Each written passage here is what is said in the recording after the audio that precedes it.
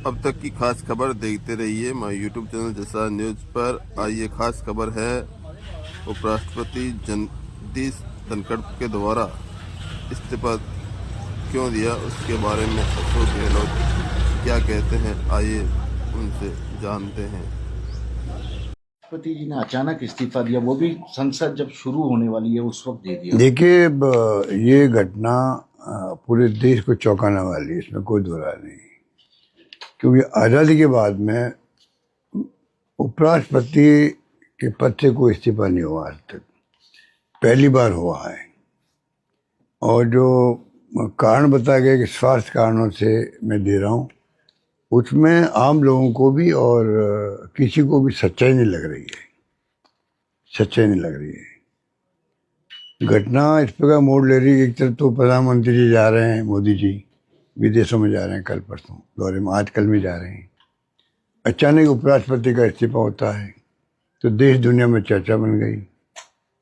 और धनखड़ साहब वहाँ राजस्थान के थे तो राजस्थान वासियों को बहुत धक्का लगा, क्योंकि किसानों की बात जो है वो पार्लियामेंट के अंदर भी और बाहर भी, जब मौका लगा किसानों के, जब आंदोलन हुए तब भी, अब भी लगातार वो उठाते गए हैं, उठाते गए। अभी तो कृषि मंत्री जी को उन्होंने खरी खोटी भी सुनाई थी थोड़े दिन पहले ही।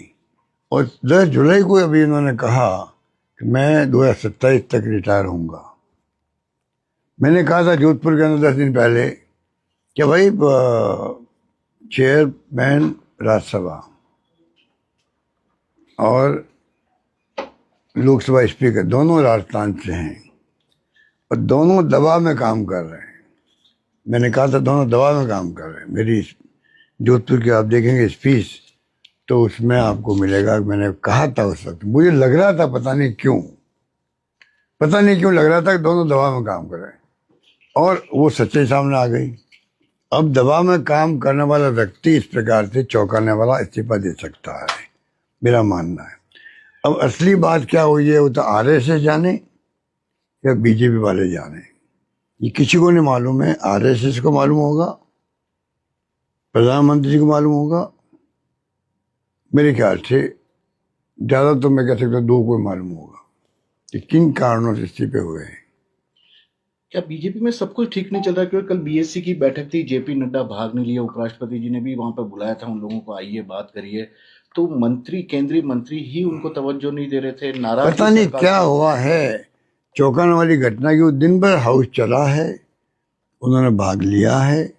कल जो बीएससी की मीटिंग होती है, जो प्रोग्राम तय होता है, जो आप कह रहे हो आगे के लिए, वो मीटिंग भी हुई है। अचानक शाम को इस्तीफा हुआ है तो चौंकाने वाली घटना ही है। तो अब सच्चाई क्या है ये आने वाले वक्त मालूम पड़ेगा कि कोई बहुत बड़ा प्लान है क्या इनका, राजनीतिक तौर से कोई घटना चक्र चलाने का।